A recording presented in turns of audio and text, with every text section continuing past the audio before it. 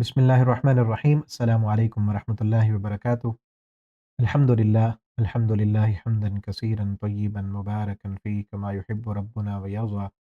أما بعد، أعوذ بالله السميع العليم من الشيطان الرجيم من همزه ونفخه ونفسه. بسم الله الرحمن الرحيم. قال ألم أقل لك إنك لن تستطيع معي صبرا.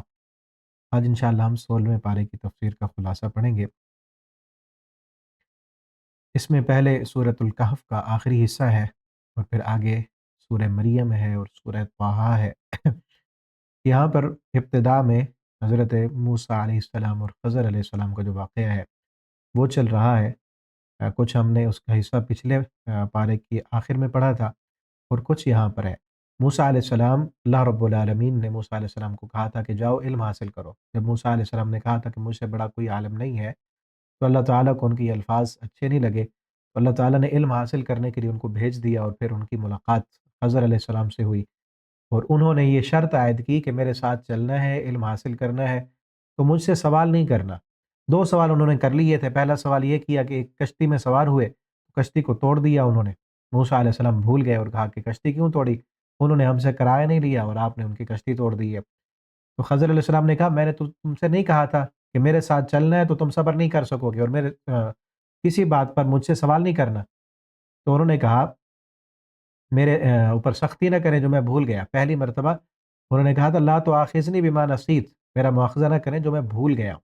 پہلی دفعہ تو وہ بھول گئے تھے اور دوسری مرتبہ پھر آگے چل کر انہوں نے ایک بچے کو قتل کر دیا۔ فانطلقا حتی اذا لقیا غلاما فقتلا، ایک بچے کو قتل کر دیا۔ تو اب یہاں موسیٰ علیہ السلام بھولے نہیں، بلکہ کام ہی ایسا تھا کہ موسیٰ علیہ السلام شریعت کے پیغمبر تھے، جو باطنی اللہ رب العالمین کے امور ہیں ان کا علم موسیٰ علیہ السلام کو نہیں تھا۔ اب بظاہر تو ایک بچہ بے قصور ہے، اس کو قتل کر دیا، تو موسیٰ علیہ السلام فوراً بول پڑے قال قتلت نفسا زکیۃ بغیر نفس، بغیر اس کو کوئی گناہ نہیں، اس کو قتل کر دیا۔ اب یہاں موسیٰ علیہ السلام کو خضر علیہ السلام نے کہا الم اقل لک، یہاں الم ہے، کیا نہیں میں نے تجھ سے کہا تھا انک لن تستطیع معی صبرا، کہ تو میرے ساتھ صبر نہیں کر سکتا۔ قال ان سألتک، اب موسیٰ علیہ السلام نے کہا کہ اگر میں نے دوبارہ تم سے کوئی سوال کیا تو پھر میرا راستہ الگ، آپ کا راستہ الگ، لا تصاحبنی، مجھے اپنا ساتھی نہ بنانا، آپ میری طرف سے مکمل عذر تک پہنچ جائیں گے۔ اب آگے پھر چل پڑے، ایک بستی میں گئے اور کافی زیادہ سفر کر چکے تھے، بھوک ستا رہی تھی ان کو۔ وہاں ان بستی والے اتنے نامعقول قسم کے لوگ تھے کہ انہوں نے مہمانوں کی خود بھی مہمان نوازی نہیں کی، ان سے کھانا نہیں پوچھا، خود بھی نہیں پوچھا، پھر انہوں نے مانگا فَأَبَوْا أَن يُضَيِّفُوهُمَا، پھر انکار کر دیا کہ ہم نہیں دیتے۔ اس قدر گہ گزرے مہمان نواز۔ مہمان نواز کیا کہیں ان کو، مہمان نوازی کی نہیں، خود پھر مانگا ہے انہوں نے، مسافروں نے کھانا مانگا پھر بھی نہیں دیا۔ فَوَجَدَ فِيهَا جِدَارًا، اس بستی میں ایک دیوار تھی جو گرنے والی تھی۔ فَأَرَادَ أَن يَنقَضَّ فَأَقَامَ، قریب تھا کہ وہ گر جاتی، فَأَقَامَ، اس کو سیدھا کر دیا۔ قال لو شئت لاتخذت علیہ اجرا، موسیٰ علیہ السلام اب جو بھوک نے ستا رکھا تھا پھر بول پڑے لاتخذت علیہ اجرا، اسی دیوار کو سیدھا کرنے کی مزدوری میں ہی کھانا لے لیتے، کھانا تو چلو کھا لیتے۔ قال ھذا فراق بینی و بینک، اب خضر علیہ السلام نے کہا اب میرے اور تمہارے درمیان جدائی کا وقت آ گیا ہے، اب ہم اکٹھے نہیں رہ سکتے۔ ہاں جو 3 کام ہو چکے ہیں وہ میں آپ کو بتا دیتا ہوں کہ وہ کس لیے کیے۔ کشتی جو تھی وہ مسکینوں کی تھی، یعملون فی البحر، جو سمندر میں کام کرتے تھے۔ میں نے یہ چاہا کہ اس کشتی کو میں عیب والا کر دوں، کیونکہ آگے ایک بادشاہ ایسا تھا، اس کو کہیں ضرورت پڑی تھی کسی مہم کے لیے کہ وہ ساری جو صحیح سالم کشتیاں تھیں نا وہ غصب کر رہا تھا۔ میں نے اس کو عیب والا کر دیا تاکہ مسکینوں کی کشتی بچ جائے، اصل حکمت تھی۔ اور جو بچہ تھا فَكَانَ أَبَوَاهُ مُؤْمِنَيْنِ، اس کے والدین نیک تھے، فَخَشِينَا، اور مجھے یہ ڈر ہوا کہ یہ بڑا ہو کر اپنے والدین کے کفر میں جانے کا ذریعہ بن جائے گا، طغیان و کفرا، فَأَرَدْنَا، اور میں نے یہ چاہا کہ آپ کا رب یبدلہما، کہ ان کا رب ان کو ان سے بہتر اولاد عطا کر دے گا۔ جو دیوار تھی وہ غلامین، یتیمین، یتیم بچوں کی تھی شہر میں، اور اس شہر والے بستی والے اس قدر کنجوس ثابت ہوئے کہ کسی مہمان کی وہ میزبانی نہیں کر رہے، مانگنے پر بھی کھانا نہیں دے رہے، اور ایسی بستی میں ایک ایسا اللہ کا ولی اور بندہ رہتا تھا، وہ فوت ہو گیا۔ اب اس کے یتیم بچوں کا خزانہ اس دیوار کے نیچے دفن تھا، تو اگر یہ بچے چھوٹے ہوتے اور دیوار گر جاتی تو بستی والے خزانہ نکال کر کھا جاتے. تو اللہ رب العالمین نے مجھے حکم دیا کہ جاؤ ان کی دیوار کو سیدھا کرو، تاکہ یہ بچے جب جوان ہوں گے پھر اپنی دیوار توڑیں گے اور نیچے سے خزانہ ان کے باپ کا جو ہے وہ مل جائے گا. وَكَانَ أَبُوهُمَا صَالِحًا، اور ان کا باپ نیک تھا. یہاں پر باپ کی نیکی کا اثر اولاد تک جا رہا ہے. آپ خود نیک بن جائیں، آپ کی اولاد کی حفاظت، ان کے مستقبل کی حفاظت اللہ رب العالمین اپنے نیک بندوں کو بھیج کر کریں گے. یہ نیکی کا اثر کہ والدین اگر نیک ہوں، متقی ہوں، کان ابوہما صالحا، ان کا باپ نیک تھا، تو اللہ رب العالمین نے اس کی اولاد کی حفاظت، اس کی اولاد کے مال کی حفاظت کی ہے. ٹھیک ہے نا. خود جو محنت کر کے اپنے بچوں کے لیے اکٹھا کر سکتے ہیں کریں، لیکن فکر مندی چھوڑ دیں. آپ نیک بن جائیں، آپ صالح بن جائیں، آپ اللہ رب العالمین کے فرما بردار بن جائیں، آپ کی اولاد کا مستقبل اللہ رب العالمین سنواریں گے. اور یہ سارے کام جو ہیں میں نے اپنے حکم سے نہیں کیے. ما فعلت عن امری، میں نے اپنی مرضی سے نہیں کیے، مجھے میرے اللہ نے حکم دیا ہے. یہ ان چیزوں کی میں نے حقیقت آپ کو بتا دی. تعویل ما لم تستطع علیہ صبر، حقیقت آپ کے سامنے ہے جس پر آپ صبر نہیں کر سکے. آگے اس کے بعد ذوالقرنین کا واقعہ ہے. وَيَسْأَلُونَكَ عَنْ ذِي الْقَرْنَيْنِ، وہ آپ سے سوال کرتے ہیں ذوالقرنین کیا تھا. یہ نا اصل میں مشرکین مکہ کے 3 سوال انہوں نے کیے تھے. ایک ذوالقرنین کے بارے میں کہ کون تھا وہ یہاں ہے، اور دوسرا اصحاب کہف کے بارے میں سوال کیا، وہ پیچھے آ گیا ہے، اور تیسرا انہوں نے روح کے بارے میں سوال کیا. اس کا ذکر بنی اسرائیل پچھلی صورت میں ہے. وَيَسْأَلُونَكَ عَنِ الرُّوحِ قُلِ الرُّوحُ مِنْ أَمْرِ رَبِّي، وہ 2 ٹوک الفاظ میں بتا دیا کہ روح جو ہے وہ اللہ کا حکم ہے. اور اصحاب کہف کا واقعہ تفصیلاً ذکر کیا، ذوالقرنین کے بارے میں بھی بتایا یہاں پہ. اس کا ذکر ذوالقرنین ایسا جو ہے بادشاہ تھا جس کو اللہ رب العالمین نے بہت زیادہ مال دیا تھا، سلطنت دی تھی، طاقت دی تھی. اور اللہ نے یہاں اس کا ذکر اس لیے کیا ہے کہ باوجود عیش و آرام کے، دولت کے، بڑی بادشاہت کے، اس کے باوجود بھی وہ انسان اللہ کا فرما بردار تھا. اپنی دولت کو انسانیت کے نفع کے لیے اور انسانیت کے فائدے کے لیے خرچ کرنے والا تھا، لوگوں کو اللہ کی طرف بلانے والا تھا. اتنی بڑی سلطنت اور طاقت کے آ جانے کے باوجود بھی اللہ کے سامنے وہ عاجز تھا، اپنے آپ کو اونچا کرنے والا نہیں تھا. اس نے اپنی طاقت استعمال کر کے، اپنی قوت اور وسائل استعمال کر کے ایک بہت بڑی دیوار بنائی تھی. یاجوج اور ماجوج کو بند کیا تھا. جب وہاں پہنچا تھا لوگوں نے کہا کہ یاجوج ماجوج آتے ہیں اور فساد مچاتے ہیں زمین میں، یہاں پر ایک دیوار بنا دے. اس نے ایسی بڑی دیوار بغیر کسی ٹیکنالوجی کے، بغیر کسی مشینری کے، بہت بڑی دیوار اس نے قائم کر دی کہ جس کو قیامت تک وہ یاجوج ماجوج توڑ نہیں سکتے. جب اس نے اتنی بڑی دیوار بنائی تو اس وقت لوگوں نے اس کی تعریفیں کی اور کہنے لگے کہ دیکھو، قال آتونی افریغ علیہ کی طرف فما استطاعوا ان یظہروا وما استطاعوا له نقبا. انہوں نے کہا کہ اتنی مضبوط دیوار ہے، سائڈوں پر انہوں نے لوہے کی جو ہے پلیٹیں لگائیں، لوہے کی پلیٹیں سائڈوں پر لگا کر، اور درمیان میں سیسا، تانبا اور لوہا پگھلا کر اس کے درمیان ڈال دیا. اس قدر مضبوط دیوار بنا دی. تو لوگوں نے تعریفیں کی کہ یاجوج ماجوج تو بہت بڑا بادشاہ ہے، بڑی جو ہے پہنچی ہوئی سرکار ہے، بڑی کرنی اور بھرنی والا ہے، اس کے پاس بڑی سلطنت اور طاقت ہے. جب اس نے دیکھا کہ لوگ میری تعریفیں کر رہے ہیں، اس قدر اللہ کا فرما بردار بادشاہ تھا وہ، اللہ نے اسی لیے تو ذکر کیا ہے. تو فوراً اس نے کہا ھذا رحمت من ربی، یہ میرا کوئی کمال نہیں، یہ جو دیوار اتنی بڑی مضبوط اور طاقتور بن گئی ہے اللہ کی رحمت سے بنی ہے. یہاں سے ہمیں بھی یہ سبق ملتا ہے. اللہ رب العالمین مقام دیں، عزت دیں، عظمت دیں، رفعت دیں. لوگ جب ہماری تعریفیں کریں تو ہم نے کریڈٹ اپنے نام لینے کی بجائے کیا کہنا ہے؟ ھذا رحمت من ربی، یہ ہمارے رب کا فضل ہے، ہمارے رب کی رحمت ہے، ہمارا کوئی کمال نہیں ہے اس میں. جب اللہ کی رحمت شامل نہ ہو، اللہ کی رحمت کے بغیر تو ہم کچھ بھی نہیں کر سکتے. لیکن اتنا بڑا کام کرنے کے باوجود آج تو کئی لوگ ہمارے مسلمانوں میں بھی ایسے موجود ہیں جو کام نہیں کرتے، بغیر کیے کی تعریفیں چاہتے ہیں، جو کہ خرابی اللہ تعالیٰ نے منافقین کی بیان کی تھی. پیچھے ہے سورہ آل عمران کے آخر میں اللہ فرماتے ہیں وَيُحِبُّونَ أَن يُحْمَدُوا بِمَا لَمْ يَفْعَلُوا، کہ منافق ایسے ہیں یہ چاہتے ہیں کہ ان کی تعریفیں ہوں ایسے کام پر لم یفعلوا جو انہوں نے کیے نہیں ہیں. کام کیا نہیں ہوتا، کریڈٹ اپنے کھاتے میں ڈال رہے ہوتے ہیں. آج بڑے بڑے بادشاہ، عہدے دار، سردار، ایم این اے، وزیر، مشیر، وہ کیا کرتے ہیں؟ یہی کچھ کر رہے ہیں نا. کام کریں گے تو آدھی کرپشن کریں گے، آدھے سے بھی زائد کرپشن کر لیں گے، اور بغیر کام کیے کہ چاہتے یہ ہیں کہ لوگ ہماری تعریفیں کریں.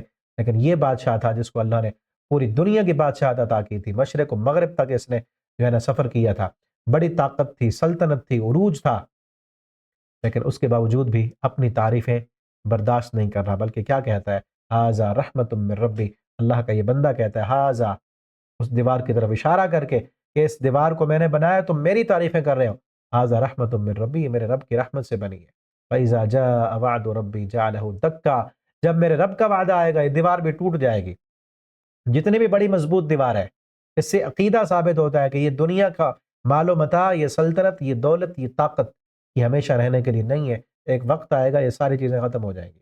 فَإِذَا جَاءَ وَعْدُ رَبِّي جَعَلَهُ دَكَّا، جب میرے رب کا وعدہ آئے گا یہ دیوار بھی ٹکڑے ٹکڑے ہو جائے گی، یہ ٹوٹ جائے گی، وَكَانَ وَعْدُ رَبِّي حَقًّا، میرے رب کا وعدہ سچا ہے۔ تو اس سے یہ سبق حاصل کریں، اپنی تعریفیں کرنے کی بجائے اللہ رب العالمین کی تعریف کریں، اللہ کا شکر ادا کریں، اللہ آپ کو مقام دیں، اللہ عزت دیں۔ اکثر ہم کیا کرتے ہیں، بعض لوگ جب پوچھو نا حال کیا ہے، کہتے ہیں جی آپ کی دعا ہے۔ ٹھیک ہے، اگر آپ کسی بندے کو لگتا ہے آپ کے فلاں میرے لیے دعا کرتا ہے، استاد میرے لیے دعا کرتے ہیں، والدین دعا کرتے ہیں، پہلے آپ کہیں اللہ کا شکر ہے، اللہ کا کرم ہے، پھر کہیں کہ آپ ہمارے لیے دعا کرتے ہیں، مزید بھی آپ دعائیں کیا کریں، ٹھیک ہے نا، لیکن پہلے تو کہیں نا اللہ کا کرم ہے، رب کا احسان ہے۔ اور کوئی شرکیہ بالکل بولتے ہیں کہ بزرگوں کا کرم ہے، فلاں کے واسطے اور وسیلے اور فلاں کے طفیل سے مل رہا ہے۔ اور کچھ اس طرح کے بھی ہیں ہمارے کلمہ پڑھنے والے بھائی، جن سے پوچھو نا کاروبار تمہارا بڑا اچھا چل رہا ہے، کہتے ہیں ہم محنت کوئی کم کرتے ہیں، ہماری کمپنی بڑی اچھی ہے، ہمارے آئیڈیاز ہمارے پاس بڑے اچھے ہیں، اور ہم محنت بڑی زور کی کرتے ہیں، راتوں کو جاگتے ہیں، فلاں کرتے ہیں۔ ٹھیک ہے آپ سارا کچھ کریں، لیکن جب حال پوچھیں تو کہیں الحمدللہ، اللہ کا کرم ہے، اللہ کا فضل ہے۔ ورنہ کئی لوگ ہم سے زیادہ محنتیں کرنے والے، ان کے پاس آئیڈیاز بھی بڑے اچھے ہوتے ہیں، بزنس بھی بڑا اچھا کر رہے ہوتے ہیں۔ اور میں نے بتایا تھا نا کل کے لیکچر میں، اسی صورت میں جہاں پر ہم نے واقعہ پڑھا تھا ایک کسان کا، اس نے بھی اپنی محنت اور کوشش کو ہی رب بنا لیا تھا نا، اسباب کو اس نے رب سمجھ لیا تھا، اور اللہ نے اس کے باغ کو تباہ و برباد کر دیا۔ اور یہ صورت، اس کا مرکزی عنوان بھی یہی ہے کہ یہ مسبب الاسباب، یہ مادیت پرست دنیا کے اندر جو مادیت پرستی آ چکی ہے، اس کا رد ہے صورت میں کہ یہ کچھ نہیں کرنے والے، مسبب الاسباب رب ہے۔ تو ہم بھی اپنے اسباب کو سارا کریڈٹ نہ دیں کہ میری دکان چونکہ جو ہے فرنٹ روڈ پہ ہے، فلاں پلازے میں ہے، فلاں لوگ ہمارے ساتھ ہیں، اس لیے بڑی کامیاب ہے، میرا بچہ ٹاپ اس نے اس لیے کیا ہے، اس کا ٹیوشن والا استاد بڑا اچھا ہے، اس کے استاد بڑے اچھے ہیں، وہ اسکول اور کالج اس کا بڑا اچھا ہے، وہ محنت بڑی کرتا ہے، پھر بیٹا کس کا؟ یہ بھی تو کہتے ہیں نا کہ آپ کا بچہ بڑا اچھا پڑھتا ہے، بڑا ذہین ہے، بیٹا کس کا ہے پھر؟ الحمدللہ کہیں، اللہ کا شکر ادا کریں، ساری تعریفیں اللہ کے لیے، اتنا سب کچھ کرنے کے باوجود وہ کیا کہتا ہے، ھذا رحمت من رب۔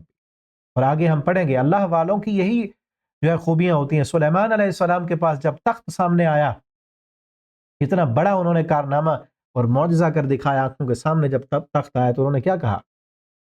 انہوں نے بھی یہی کہا کہ یہ میرے رب کے فضل سے آیا ہے، میرے رب کے لیبلونی اشکر ام اکفر، میرا رب یہ دیکھنا چاہتا ہے کہ میں اللہ کا شکر ادا کرتا ہوں، اس کا شکر گزار بندہ بنتا ہوں یا میں ناشکری کرتا ہوں۔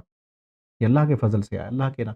یوسف علیہ السلام کا پیچھے پڑ آئے ہیں، انہوں نے جب قید کے ساتھیوں سے کہا کہ ہم شرک نہیں کرتے، اور یہ ہمارے اوپر اللہ کا فضل ہے، اللہ کا انعام ہے کہ اللہ نے ہمیں شرک سے بچایا ہے، تو آج ہم بھی شکر ادا کریں۔ اللہ نے شرک سے بچایا، اللہ نے کفر سے بچایا، اللہ نے زنا سے بچایا، شراب سے بچایا، اللہ نے حرام خوری، چوری اور ڈکیٹی سے بچایا۔ اس گئے گزرے دور میں اللہ رب العالمین نے فحاشی اور یانی سے، فتنوں سے، بے پردگی سے بچا کر اللہ نے قرآن پڑھنے کی توفیق دی ہے، تو کیا کہیں، ھذا رحمت من ربی، یہ میرے اللہ کا فضل ہے، یہ میرے رب کی رحمت ہے کہ لوگ اس وقت موبائلوں پر پتہ نہیں کیا کچھ دیکھ رہے ہیں اور میں اللہ کا قرآن پڑھ رہا ہوں۔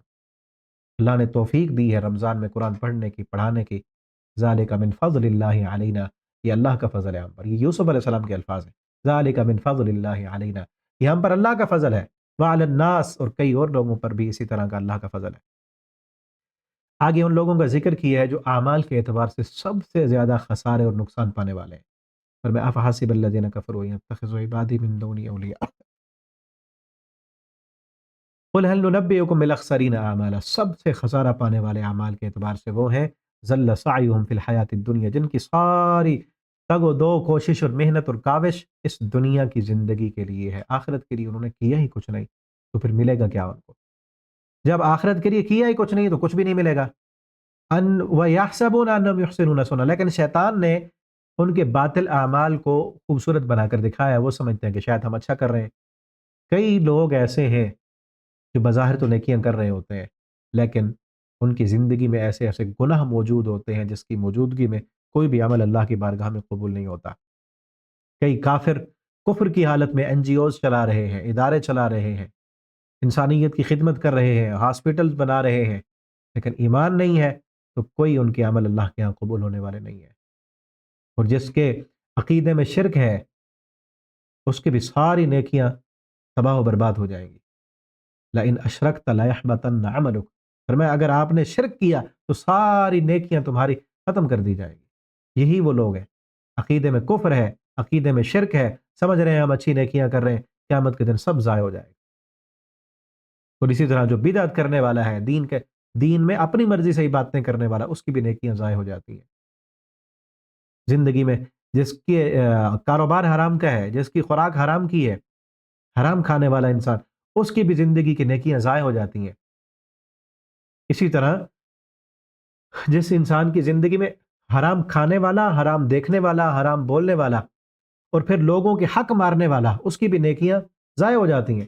تو یاد رکھیں رمضان کا مہینہ ہے، عبادتیں کر رہے ہیں آپ، روزے رکھ رہے ہیں، تراویح پڑھ رہے ہیں، قرآن کی تلاوت کر رہے ہیں، ایسے گناہوں سے بچ جائیں کہ جو گناہ یہ عبادتیں ہماری ضائع کر کے رکھ دیتے ہیں، ان میں کفر ہے، شرک ہے، بدعت ہے، حرام ہے۔ اسی طرح لوگوں کی غیبتیں کرنا، جس کی غیبت کی ہے قیامت کے دن اس کو نیکیاں دینی پڑیں گی، کسی پر ظلم کیا ہے تو قیامت کے دن اس کو نیکیاں دینی پڑیں گی۔ اور اسی طرح تنہائی کے جو گناہ ہیں یہ بھی انسان کی نیکیاں ضائع اور برباد کر کے رکھ دیتے ہیں۔ نبی کریم صلی اللہ علیہ وسلم نے فرمایا قیامت کے دن ایسے لوگ آئیں گے کہ جن کی نیکیاں تہامہ کے پہاڑوں کے برابر ہوں گی۔ تہامہ مکہ کے اندر ایک بہت بڑے پہاڑی سلسلے کا نام ہے، اتنی بڑی نیکیاں۔ آپ صلی اللہ علیہ وسلم نے فرمایا جب آئیں گے، یعنی اتنے پہاڑوں جتنی نیکیاں بنی کیسے؟ محنت کی نا انہوں نے، روزے رکھے، قیام کیا، صدقات کیے، زکاتیں ادا کیں، پہاڑوں جتنی نیکیاں بن گئی۔ آگے قیامت کے دن جب تولنے کی باری آئے گی فیجعل اللہ ھباء منصورا، اللہ ان کی نیکیوں کو اڑا کر بکھیر دیں گے، ان کی نیکیوں کا ذرہ برابر بھی وزن نہیں کیا جائے گا۔ صحابہ کرام نے پوچھا، اللہ کا پیغمبر ڈر گئے صحابہ، کیا وجہ ہوگی؟ اللہ تعالیٰ ان کی نیکیوں کو ضائع کیوں کر دیں گے؟ آپ صلی اللہ علیہ وسلم نے فرمایا میرے صحابہ وہ تمہاری طرح ہوں گے، وہ جو لوگ ہوں گے تمہاری طرح ہوں گے، ان کا عقیدہ تمہارے عقیدے کی طرح، ان کی نمازیں تمہاری نمازوں کی طرح، لیکن ان کے اندر ایک خرابی ہوگی میرے صحابہ، وہ خرابی تمہارے اندر نہیں ہے۔ صحابہ کرام کو گارنٹی مل گئی کہ ان کے اندر وہ خرابی نہیں ہے۔ اللہ رب العالمین ہمیں بھی اس خرابی سے بچا لیں۔ آپ صلی اللہ علیہ وسلم نے بتایا وہ خرابی کیا ہوگی، فرمایا کہ ان کی زندگی میں تنہائی کے گناہ ہوں گے، لوگوں کے سامنے نیک ہوں گے۔ وَإِذَا خَلَوْا انْتَحَقُوا مَحَارِمَ اللَّهِ، جب وہ خلوتوں میں جائیں گے تو ان کی خلوتیں پاک نہیں ہوں گی۔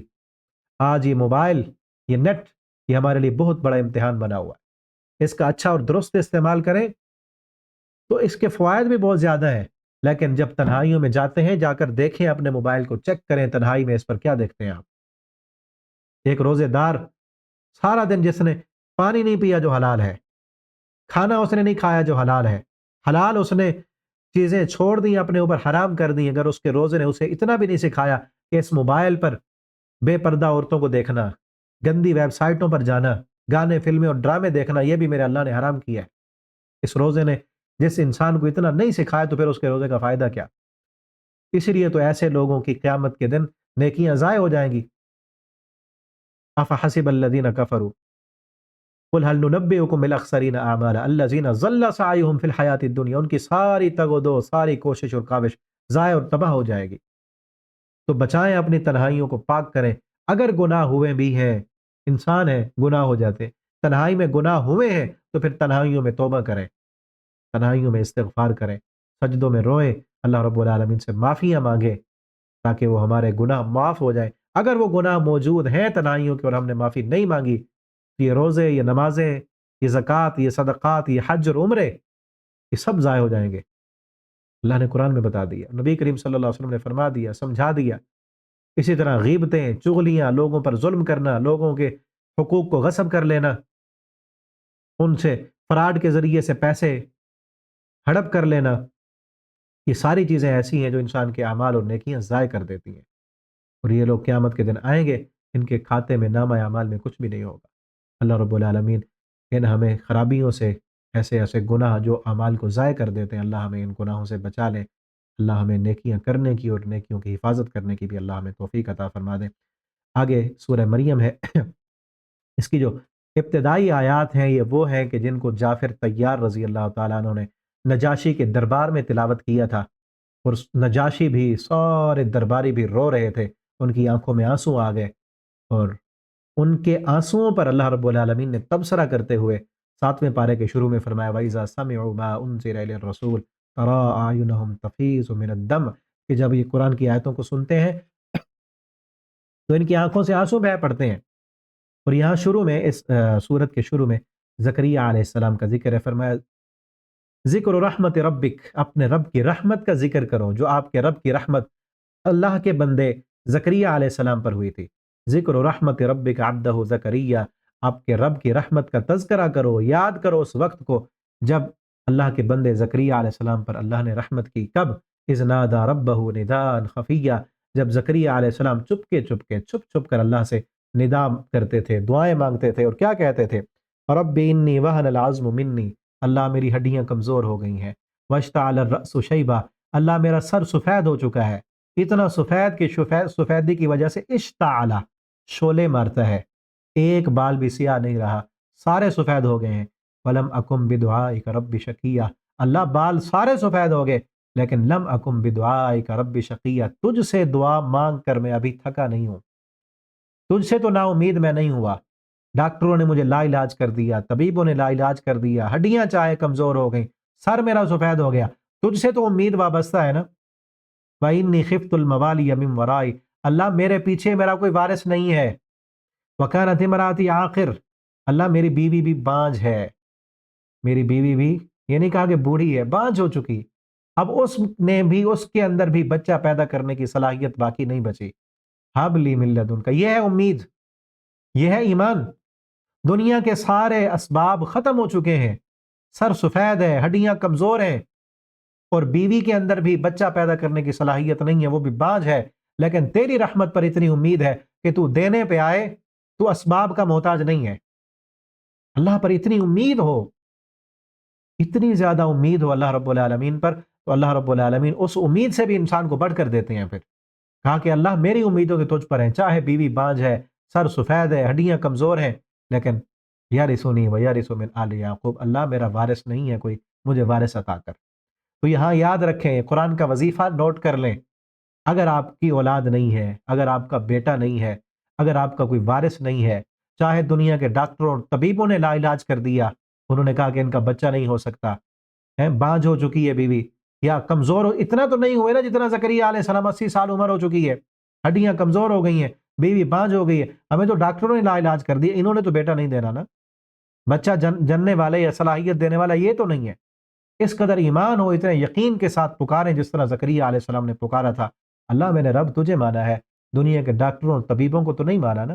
رمضان کے دن ہے، اللہ کے سامنے آئیں، روئیں، گڑ گڑائیں، اور یہ دعا یاد کر لیں۔ انہوں نے کیا کہا؟ وَاجْعَلْهُ رَبِّي رَضِيًّا، اللہ مجھے ایسا بیٹا دے جس سے تو راضی ہو جائے، جو تیرا بھی فرما بردار ہو، اور حب لی من لدنک ذریۃ طیبہ، دوسری جگہ پر ہے رب لا تذرنی فردا وانت خیر الوارثین، اللہ مجھے بیٹا عطا کر، اور تو بہترین وارث ہے، تو مجھے بھی وارث عطا کر۔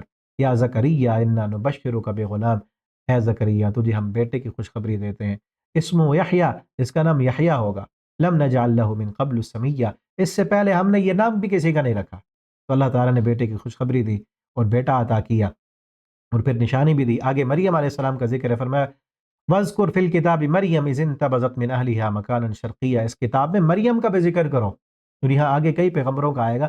اللہ تعالیٰ فرماتے ہیں یاد کرو میری رحمت کو، یہاں غور کرو، سوچو، اور ان واقعات کو نا قصے کہانی کے طور پر نہیں سمجھنا، یاد کرنا، بلکہ اللہ کی رحمت کو دیکھنا ہے، اس میں چھپے ہوئے اسباب کو دیکھنا ہے، کیا کیا نصیحتیں ہیں ہمارے لیے، ان چیزوں کو دیکھنا ہے۔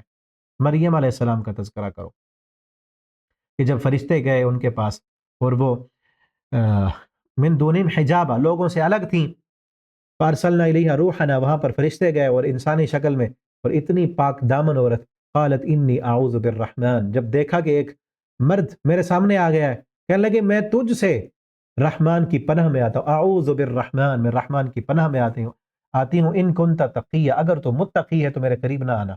قال انما انا رسول ربک، آگے فرشتے نے کہا میں تو آپ کے رب کا بھیجا ہوا قاصد ہوں، اور میں آپ کو بیٹا دینے آیا ہوں. تو فوراً کہنے لگی قالت انا یکون لی غلام، میرا بیٹا کیسے ہوگا. لم یمسسنی بشر، کتنی پاک دامن تھی وہ عورت. لم یمسسنی بشر، آج تک مجھے کسی مرد نے چھوا تک نہیں. لم اکو بغیہ، میری شادی بھی نہیں ہوئی اور میں فاحشہ بھی نہیں ہوں، میرا بچہ کیسے ہوگا. قال کذالک قال ربک، کہا آپ کا رب یہی کرنا چاہتا ہے، اور آپ کا رب دے گا اور اس کو نشانی بنائے گا لوگوں کے لیے. وکان امر مقضیہ، اور یہ فیصلہ ہو چکا ہے اللہ کی طرف سے.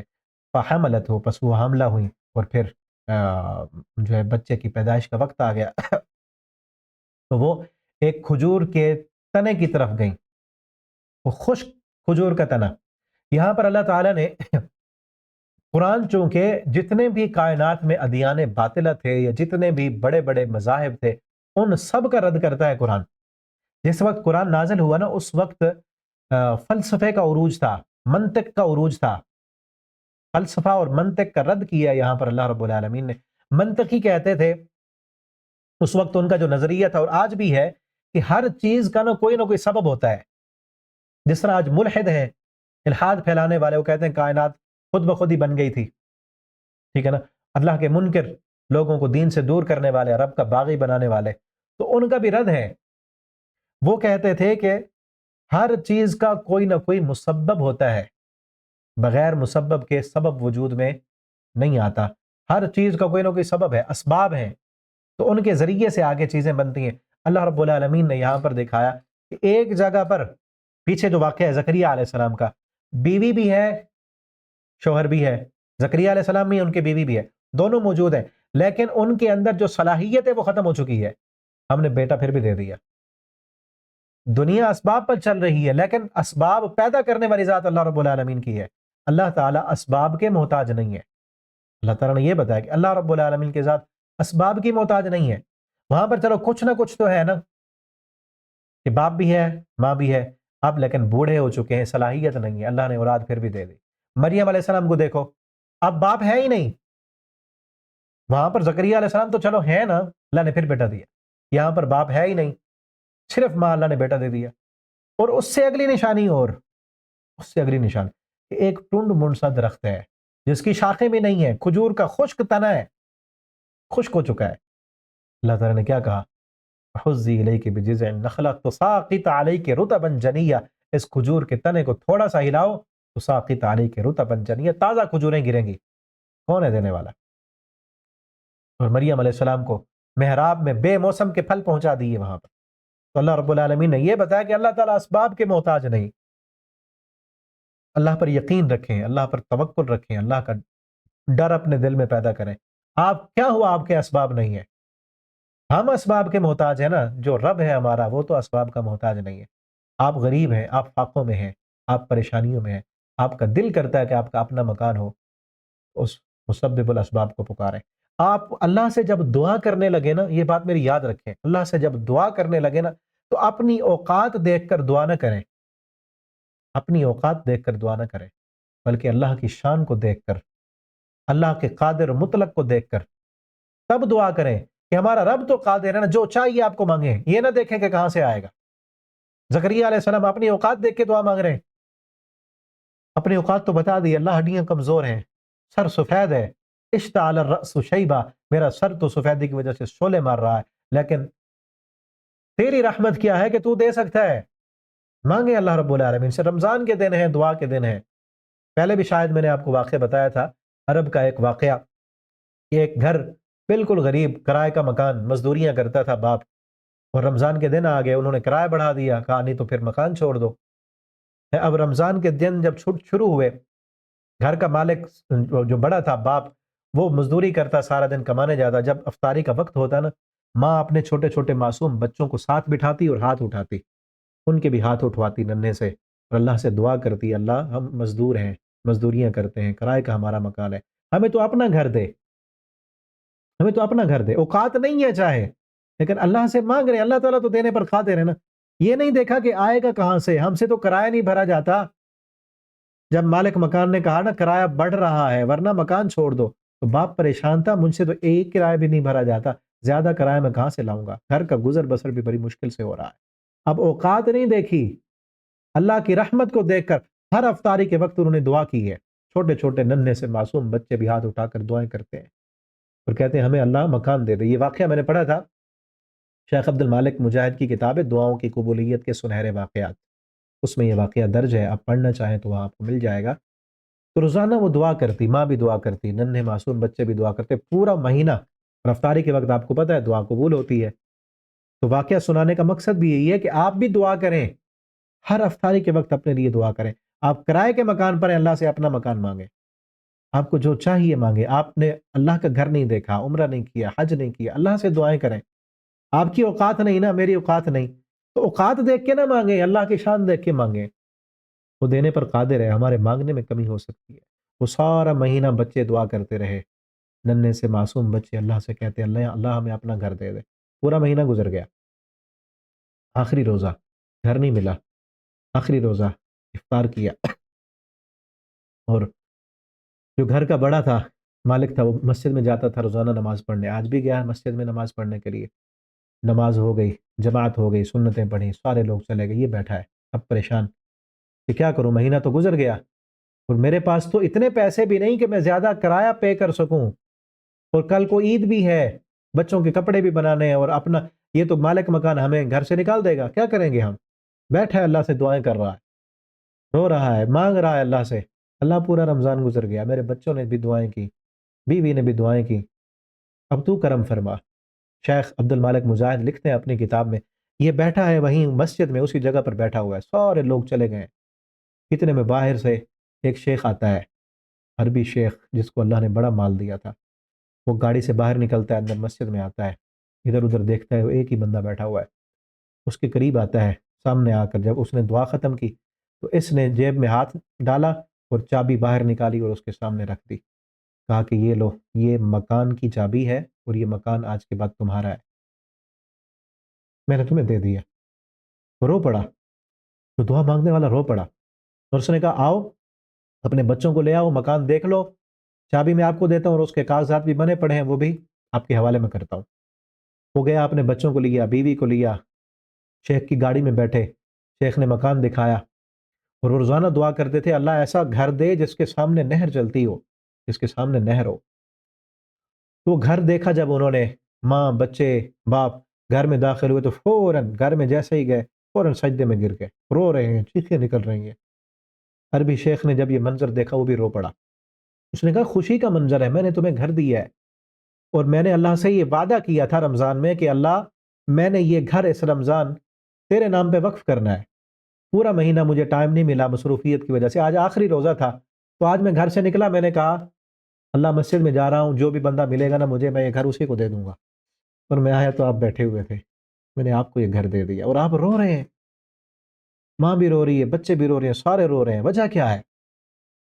انہوں نے کہا کہ اصل میں واقعہ یوں ہے، ہمارا تو گھر نہیں تھا، کرائے کے گھر پر تھے، اور کرایہ بڑھ چکا تھا، مالک نے کہا ورنہ مکان چھوڑ دو، ہم پریشان تھے، پورا مہینہ ماں بچے دعا کرتے رہے اللہ رب العالمین سے اللہ ہمیں اپنا گھر دے دے، آج اللہ نے گھر دے دیا، یہ خوشی کے آنسو ہیں، تو ہم بھی مانگیں، آپ بھی مانگیں، اور وہ جو دعا کرتے تھے نا اللہ سامنے نہر بھی چلتی ہو، سامنے بہت بڑی عالیشان مسجد تھی، مسجد کے سامنے اللہ نے گھر دیا، تو انہوں نے عالم سے جا کر پوچھا ہم نے نہر کے سامنے گھر مانگا تھا، تو عالم نے تعبیر کی، کہا کہ نبی کریم صلی اللہ علیہ وسلم نے نہیں فرمایا جس بندے کے گھر کے سامنے نہر چلتی اور 5 مرتبہ وہاں جا کے وہ اپنا وضو کرے، چہرہ دھوئے، اس کے جسم پر میل کچیل باقی نہیں رہتی، تو نہر سے مراد مسجد ہے، یہ مسجد کے قریب اللہ نے تمہیں گھر عطا کیا، عالیشان محل، تو اللہ دینے پر قادر ہے، ہمارے مانگنے میں کمی ہو سکتی ہے، مانگتے ہوئے اپنی اوقات مت دیکھیں، اللہ کی شان کو دیکھیں، جس طرح زکریا علیہ السلام چھپ کر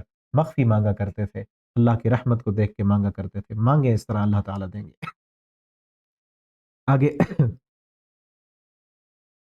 ابراہیم علیہ السلام کا ذکر کیا۔ ابراہیم علیہ السلام نے بڑے پیارے انداز میں اپنے باپ کو توحید سمجھائی اور کہا یا ابتی، یا ابتا کی صدائیں لگا دیں، یا ابتی لم تعبد، اے ابا جان، اے میرے پیارے ابا جان۔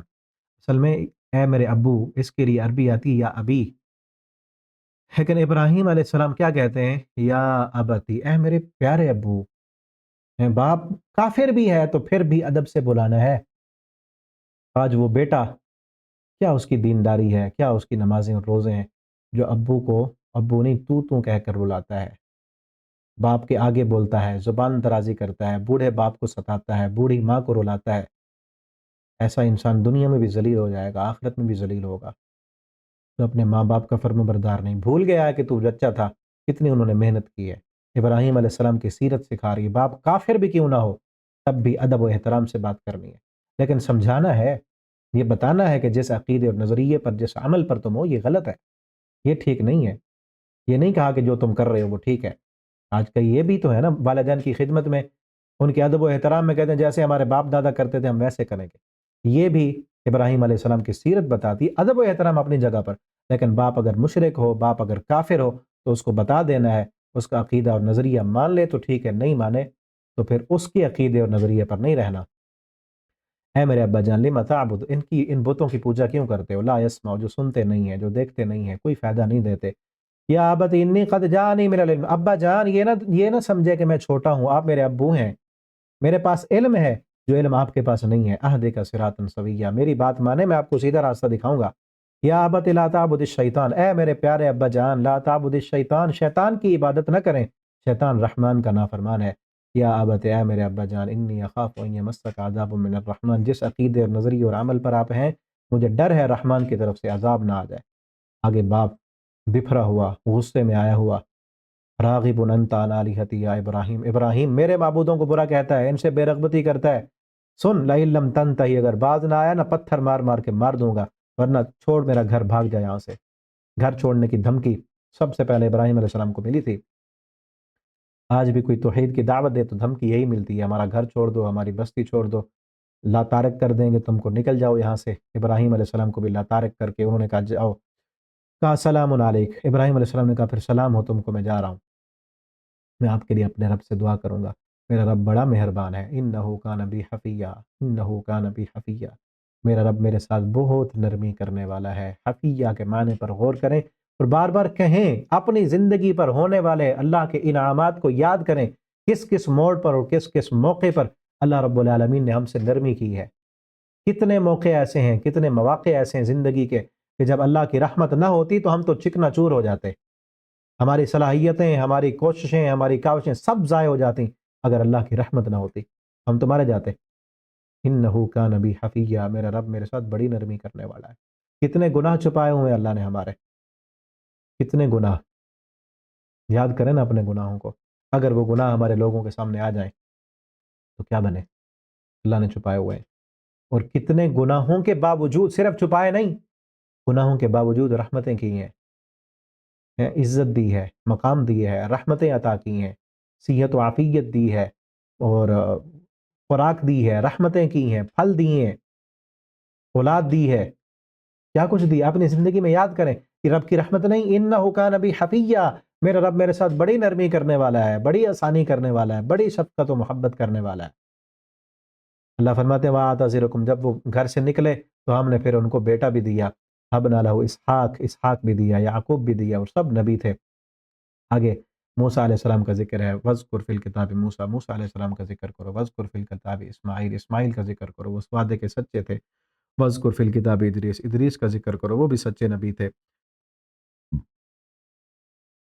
آگے یہ کہا وَإِن مِّنكُمْ إِلَّا وَارِدُهَا، تم میں سے جو بھی ہے نا، إِلَّا وَارِدُهَا كَانَ عَلَىٰ رَبِّكَ حَتْمًا مَّقْضِيًّا، جہنم کے پل صراط سے سب نے گزرنا ہے، یہ رب کا حتمی فیصلہ ہے۔ ثُمَّ نُنَجِّي الَّذِينَ اتَّقَوْا، پھر جو تقوی والے ہوں گے، متقی ہوں گے، اللہ ان کو نجات دیں گے۔ کوئی ایسے گزرے گا، آپ صلی اللہ علیہ وسلم نے فرمایا جس طرح پلک جھپکتی ہے اتنی دیر میں وہ جہنم کے پل سے گزر جائیں گے، اور کوئی بجلی کی سپیڈ سے، کوئی پرندوں کے تیز دوڑنے کی طرح، کوئی ہوا کی سپیڈ سے، پھر جو گناہگار ہوں گے اس پہ پاؤں رکھیں گے، پھسلیں گے، کوئی گرتے پڑتے زخمی ہو جائیں گے، پھر نکل جائیں گے، اور کوئی ایسے کافر مشرک پاؤں رکھیں گے اور نیچے گر جائیں گے۔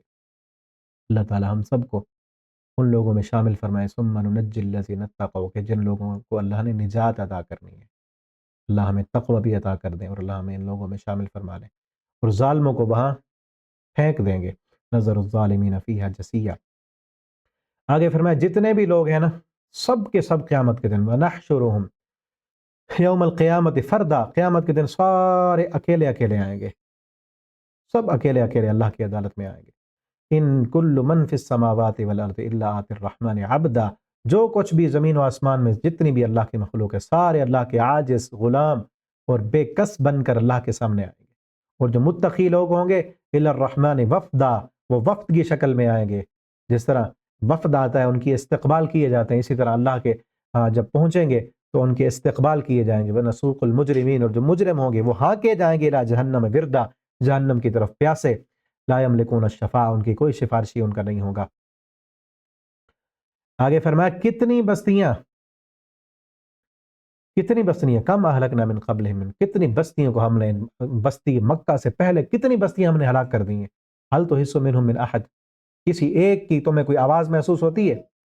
وہ جو بڑے طاقتور بنتے تھے، جو کہتے تھے من اشد منا قوہ، پہاڑوں کو تراش تراش کر گھر بنانے والے، اپنے طاقت اور غرور میں کے زعم میں گھمنڈ میں آ کر اللہ کی بغاوتیں اور نافرمانیاں کرنے والے، حل تحس منہم، حس کہتے ہیں کسی کی ہلکی سی آہٹ، کوئی سانس لیتا ہوا بھی نظر آتا ہے، کسی کی کوئی چوں کوئی چراں، سارے مر گئے، ان کی مرتے وقت جو چیخیں نکلی تھیں وہ چیخیں بھی تمہیں سنائی دیتی ہیں، یا کسی نے سنی وہ چیخیں؟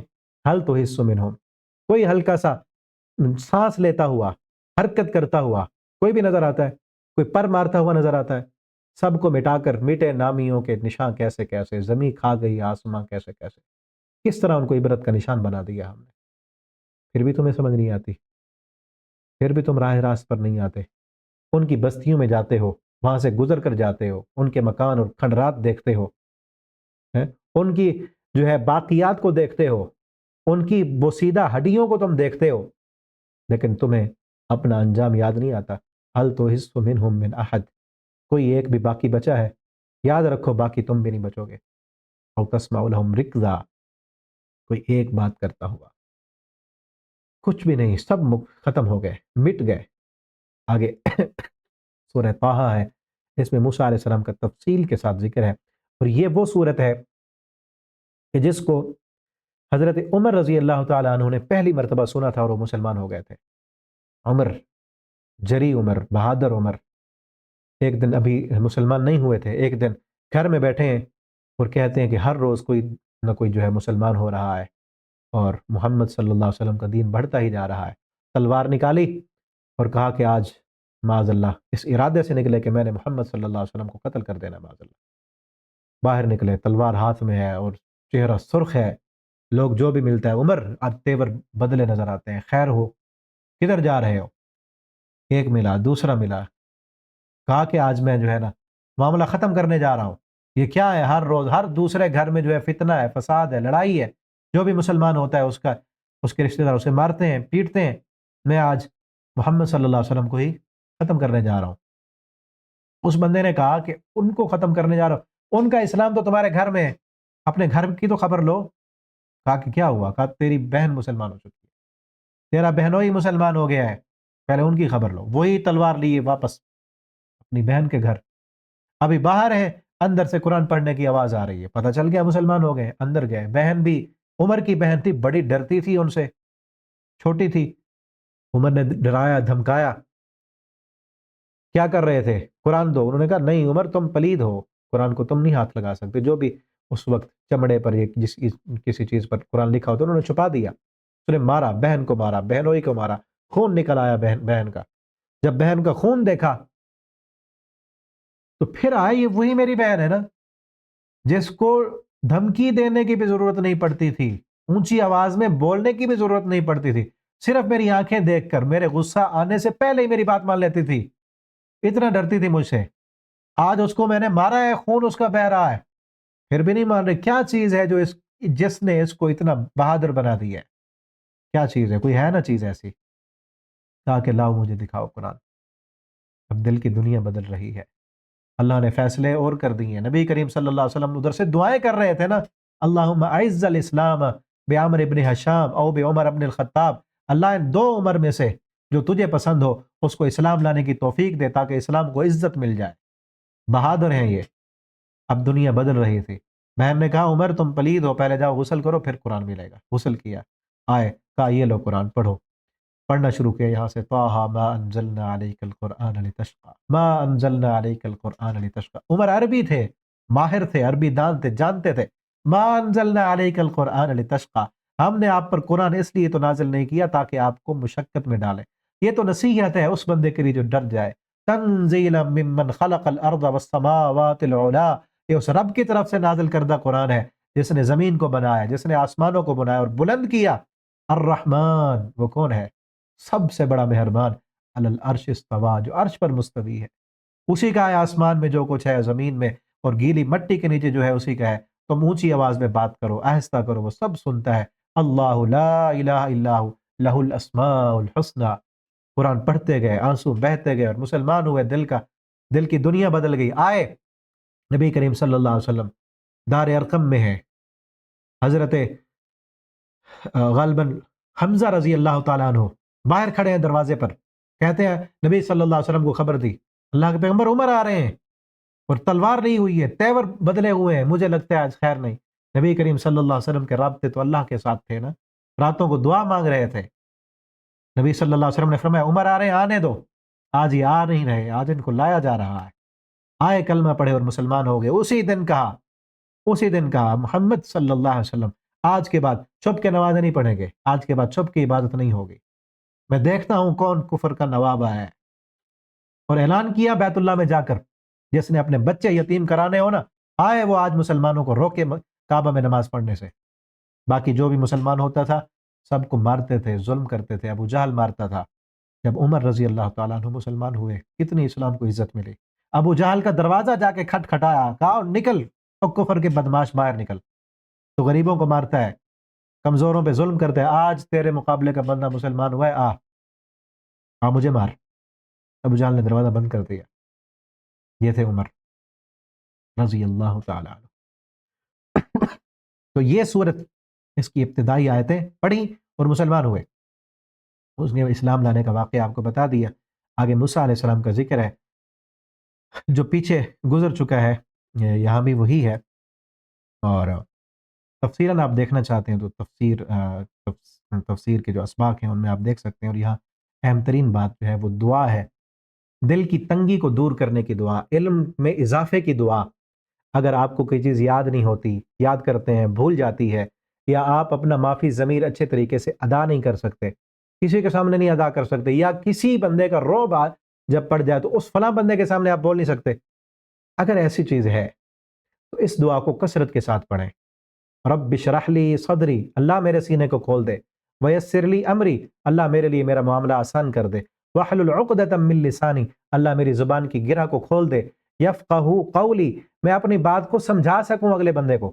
بعض دفعہ ہوتا ہے نا کوئی بندے ہوتے سچے ہیں لیکن بات کرنے کا انداز ان کو نہیں آتا، پتہ چلتا ہے کہ شاید یہ جھوٹا نہ ہو، بعض دفعہ ہوتا ہے ایسے۔ اور کوئی بندہ ہے وہ جھوٹا لیکن شاطر اتنا ہے، بولنے کا انداز اس کا ایسے ہے، ادھر کی بات ادھر کی بات، اتنی باتیں کرے گا سننے والا کہے گا شاید یہ سچا ہے، ٹھیک ہے نا۔ اگر اللہ نہ کرے کسی کا ایسا معاملہ ہے کہ وہ اپنی بات اچھے طریقے سے نہیں دے سکتا، کر سکتا، کمیونیکیشن سکلز اس کی کمزور ہے، تو اس آیت کو بار بار پڑھنے سے انشاءاللہ اپنا معافی ضمیر ادا کرنا وہ آسان ہو جائے گا۔ رب اشرح لی صدری ویسر لی امری واحلل عقدۃ من لسانی یفقہوا قولی، یہاں تک ٹھیک ہے۔ آگے ایک اور اہم ترین بات، اللہ تعالیٰ نے موسیٰ علیہ السلام کو جب بھیجا فرعون کے پاس تو ان کو کہا کہ جاؤ فرعون کو اور جا کر تبلیغ کرنی ہے، دعوت دینی ہے۔ فَقُولَا لَهُ قَوْلًا لَيِّنًا، یہاں پر دعوت کے اصول بیان کیے گئے ہیں۔ اللہ رب العالمین کو پتا تھا کہ فرعون نے نہیں ماننا، اللہ تعالیٰ تو علام الغیوب ہے، فرعون نے نہیں مانا نا، کفر پر موت ہوئی اس کی، سمندر میں ڈوب کے مرا، کفر پر مرا، اللہ نے قیامت تک کی عبرت کا نشان بنایا۔ اسی کے پاس موسیٰ علیہ السلام کو بھیج رہے ہیں، اصول کیا بتا رہے ہیں؟ فَقُولَا لَهُ قَوْلًا لَيِّنًا، اس سے جا کر تم دونوں نے نرم بات کرنی ہے۔ لَعَلَّهُ يَتَذَكَّرُ أَوْ يَخْشَىٰ، شاید کہ وہ ڈر جائے، شاید کہ وہ اللہ سے ڈرے۔ تو اصول کیا ہے دعوت دین کا؟ کسی کو بھی آپ نے دعوت دینی ہے، اسلام کی طرف بلانا ہے، یا کسی مسلمان کو نماز کی طرف بلانا ہے، بھولے ہوئے مسلمان کو، گناہوں میں پڑے ہوئے مسلمان کو گناہوں سے ہٹانا، یا کسی کافر کو اسلام کی دعوت دینی ہے، تو دونوں کے لیے کیا ہے؟ قول لہ قولا لینا، نرم بات کرنی ہے، ایسی بات کرنی جس سے اس کا دل نرم ہو جائے، دل کی دنیا بدل جائے، دل کی دنیا بدل جائے گی تو خود بخود ہی آ جائے گا، ورنہ پہلے ہی فرعون تو کافر تھا، جاتے ہی یہ نہیں کہنا تو کافر ہے، تو باغی ہے، تو نافرمان ہے، یہ نہیں کہنا۔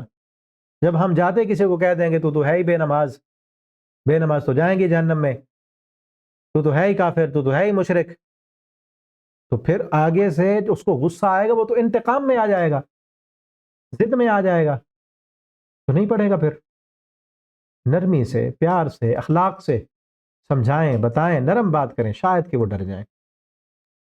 اس نے نہیں مانا اور جو ہے جادوگروں کو بلایا، پھر ان کا جو ہے مقابلہ ہوا، اسی کا تذکرہ ہے یہاں پر، جو یہ تذکرہ پہلے بھی گزرا ہے۔ اور پھر اس کے بعد اس نے فرعون نے دھمکیاں دی کہ میں تمہیں جو ہے جادوگر جو مسلمان ہو چکے تھے ان کو کہا میں تمہیں قتل کر دوں گا، سولی پہ چڑھا دوں گا، اور ایسے ایسے عذاب دوں گا کہ تمہیں پتہ چلے گا کس کے ساتھ تمہارا پالا پڑا ہے۔ اور پھر اس نے کئی لوگوں کو پھانسی پہ بھی لٹکایا، اور آگے پھر اس بات کا ذکر ہے کہ موسیٰ علیہ السلام کو پھر اللہ رب العالمین نے بلایا تھا کوہ طور پر، وہ پہلے بھی آیا ہے، لیکن یہاں جو اہم ترین بات ہے وہ یہ ہے کہ موسیٰ علیہ السلام جب کوہ طور پر پہنچے اور باقی لوگوں کو بھی ساتھ لے کے جانا تھا اللہ سے ملاقات کے لیے، وہاں جب اللہ کے قریب پہنچنے لگے تو موسیٰ علیہ السلام دوڑ کر آگے بھاگ کر اللہ رب العالمین کے پاس پہنچ گئے۔ تو اللہ تعالیٰ نے پوچھا ما عجلک عن قومک یا موسیٰ، اے موسیٰ اپنی قوم سے تم جلدی کیوں آگے؟ پہلے اللہ تعالیٰ جانتے ہیں، لیکن پھر بھی اللہ تعالیٰ نے پوچھا ہم اولائی علی اثری، اس سے سبق ملتا ہے، ایک سبق اہم ترین۔ موسیٰ علیہ السلام دوڑ کر بھاگ کر اللہ کے پاس پہنچ گئے، اللہ تعالیٰ نے پوچھا جلدی کیوں آئے ہو؟ تو موسیٰ علیہ السلام نے کہا ہم اولائی علی اثری، اللہ وہ بندے پیچھے آ رہے ہیں، وَعَجِلْتُ إِلَيْكَ رَبِّ لِتَرْضَىٰ، اللہ میں دوڑ کر جلدی بھاگ کر اس لیے تیرے پاس آ گیا تاکہ میرا رب تو راضی ہو جائے۔ وَعَجِلْتُ إِلَيْكَ رَبِّ لِتَرْضَىٰ، اللہ میں جلدی اس لیے آ گیا لِتَرْضَىٰ تاکہ تو راضی ہو جائے۔ سبق کیا ہے یہاں پر قرآن کی اس جملے میں؟ ہم اپنی زندگی کو دیکھیں، کبھی ہم نے بھی کوئی کام ایسے کیا اس لیے کہ اے اللہ تو راضی ہو جائے؟ میں نے آج نماز لمبا قیام اس لیے کیا تاکہ تو راضی ہو جائے، میں نے آج اذان جا کر مسجد میں اس لیے دی، اذان سے پہلے آ گیا مسجد میں میرے رب تاکہ تو راضی ہو جائے، فلاں بندے نے مجھے گالی دی، میرے اوپر الزام لگایا، میں نے اسے معاف کر دیا، لترضا، اللہ تاکہ تو راضی ہو جائے۔ اللہ میں نے آج دعا مانگی، میں نے صدقہ کیا، میں نے زکوٰۃ ادا کی، میں نے فلاں مسکین کو کھانا کھلایا، میں نے فلاں مسلمان کے جنازے میں شریک ہوا، فلاں بھائی کے ساتھ میری لڑائی تھی، میرا دل نہیں کرتا تھا اس کے ساتھ سلام کرنے کا، اس کے ساتھ بولنے کا، اس نے میرے اوپر الزام لگائے، لیکن میں نے اس کے ساتھ صلح کر دی، اپنی انا کو میں نے قربان کر دیا، لترضا، میرے رب تاکہ تو راضی ہو جائے۔ اپنی زندگی میں ڈھونڈے ایسے کام، اللہ میں نے فلاں گناہ اس لیے چھوڑ دیا، میں کر سکتا تھا، میری دسترس میں تھا گناہ، موبائل پر، نیٹ پر فحاشی عریانی گندگی دیکھ سکتا تھا، لیکن میں نے چھوڑ دی یہ ساری چیزیں، میں نے غلط تعلقات چھوڑ دیے، غلط دوستیاں چھوڑ دیں، لڑکیوں کے ساتھ غلط رابطے تھے ختم کر دیے، لترضا، تاکہ میرے رب تو مجھ سے راضی ہو جائے۔ رمضان کا مہینہ ہے، اپنی زندگی میں ڈھونڈیں ایسے اعمال، ملتے ہیں ایسے اعمال، اگر ہیں تو اس پر خوش ہو جائیں، اگر نہیں ہیں تو ایسے اعمال کریں، اللہ کے لیے کریں، اللہ کو راضی کرنے کے لیے، تاکہ ہمارا رب ہم سے راضی ہو جائے۔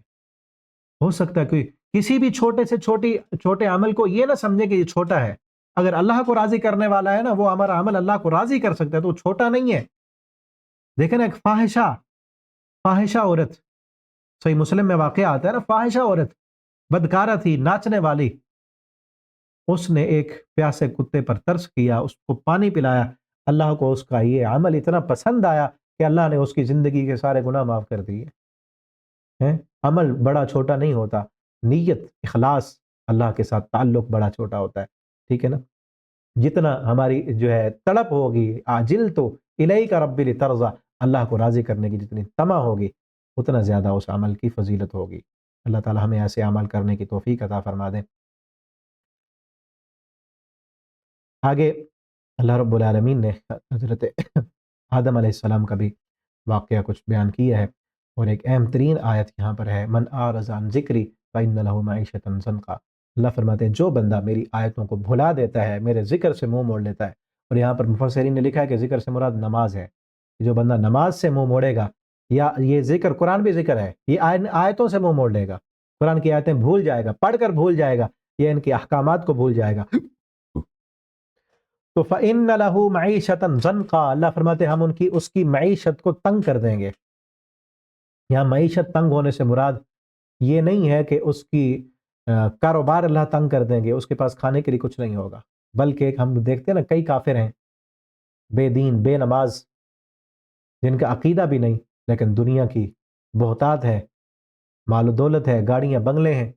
یہاں معیشتاً ضنقا سے مراد یہ ہے کہ اللہ فرماتے ہیں میں اس کے دل کے سکون کو ختم کر دوں گا، کروڑوں کمائے گا، بے نماز ہے تو سکون میسر نہیں ہوگا، لاکھوں کما لے، دل کا حرص اور ہوس اس کی ختم نہیں ہوگی۔ یہ مطلب ہے کہ جو بندہ اللہ کے ذکر سے منہ موڑتا ہے، نماز سے منہ موڑتا ہے، قرآن سے منہ موڑتا ہے، اذکار سے منہ موڑتا ہے، دعائیں نہیں پڑھتا، اللہ رب العالمین اس کی زندگی کو پریشان کن بنا لیتے ہیں، لاکھوں آئیں کروڑوں آئیں، دل کا سکون نہیں ملتا اسے، اور اس کی جو حرص اور ہوس ہے یہ بھی ختم نہیں ہوتی۔ ایک حدیث میں آتا ہے نا، آپ صلی اللہ علیہ وسلم نے فرمایا، اللہ رب العالمین فرماتے ہیں حدیث قدسی، یا ابن آدم، اے آدم کے بیٹے، تفرغ لعبادتی، میری عبادت کے لیے، نماز کے لیے، قرآن کے لیے وقت نکالا کر، تملأ قلبک غنا، تیرے دل کو میں غنی کر دوں گا، اور جان لے اگر تو نے میری عبادت کے لیے وقت نہ نکالا نا، تو میں تیرے دل کو فقیر کر دوں گا، تیرے دل کا فقر کبھی ختم نہیں ہوگا۔ غنا تو اصل دل کا غنا ہوتا ہے، امیری اصل دل کی امیری ہوتی ہے، کروڑوں موجود ہے لیکن کھانے کو دل نہیں کرتا، دل حرص سے بھرا ہوا ہے، دل جو ہے وہ اس میں سکون ہے ہی نہیں، وہ چاہتا ہے کہ ابھی اور ہو، حرص اور ہوس اس کی ختم نہیں ہوتی، تو کیا فائدہ ہے ایسی دولت کا جو کسی کھاتے میں نہیں لگ رہی؟ دولت ہے لیکن سکون نہیں ہے، دولت ہے لیکن پابندیاں لگی ہوئی ہیں، یہ بھی معیشت ضنقا ہے نا، کروڑوں کی جائیداد ہے، سب کچھ ہے، لیکن ڈاکٹروں نے پابندیاں لگا دی، شوگر ہے اس کو، ہیپاٹائٹس ہے، فلاں بیماری ہے، فلاں بیماری ہے، میٹھا نہیں کھا سکتا، فلاں پھل نہیں کھا سکتا، دودھ نہیں پی سکتا، یہ نہیں کر سکتا، وہ نہیں کر سکتا، یہ ساری پابندیاں لگ چکی ہیں، کیا فائدہ ہے ایسی دولت کا؟ معیشت ضنقا، یہ ہوتا ہے معیشت ضنقا، اللہ زندگی تنگ کر دیتے ہیں، پریشان کن بنا دیتے ہیں اس کی زندگی کو، زندگی کے سکون کے لیے ہم نے سورۃ الحجر میں وظیفہ پڑھا تھا نا، الا بذکر اللہ تطمئن القلوب، دلوں کا سکون اللہ کے ذکر میں ہے، اور جو بندہ اللہ کے ذکر سے، من اعرض عن ذکری، اللہ کے ذکر سے منہ موڑتا ہے، زندگی اس کی پریشانیوں سے بھر جاتی ہے، اور زندگی پریشانیوں سے بھری ہوئی ہوگی، نحشرہ یوم القیامت اعمی، قیامت کے دن آئے گا تو اللہ فرماتے ہیں ہم اس کو اندھا کر کے اٹھائیں گے، یہ کہے گا اے میرے رب مجھے تو نے اندھا کیوں کر دیا؟ میں تو تھا تو دنیا میں دیکھنے والا، قال کذالک اتتک آیات اللہ فرمائیں گے تیرے پاس دنیا میں میری آیتیں آئی تھیں، تو نے میری ان آیتوں کو بھلا دیا، اسی طرح ہم نے آج تجھے اندھا کر کے اٹھایا ہے۔ اللہ تعالی ہم سب کو ذکر کرنے والا بنا دے، نماز کی پابندی کرنے والا بنا دے، اللہ جب تک زندہ رکھیں دین پر، ایمان پر، اللہ ہمیں ہماری زندگی کی آخری نماز بھی با جماعت ٹائم پر ادا کرنے کی توفیق دیں، اللہ جب ہمیں موت دیں سجدے کی حالت میں، نماز کی حالت میں، ہماری زبان پر اللہ کی توحید کے کلمات، مرنا تو ہے نا ایک دن، تو اپنے لیے حسن خاتمہ کی دعا کرتے رہا کریں۔ اللہ تعالی ہمیں عمل کی توفیق دیں۔ آخر دعوانا الحمدللہ رب العالمین۔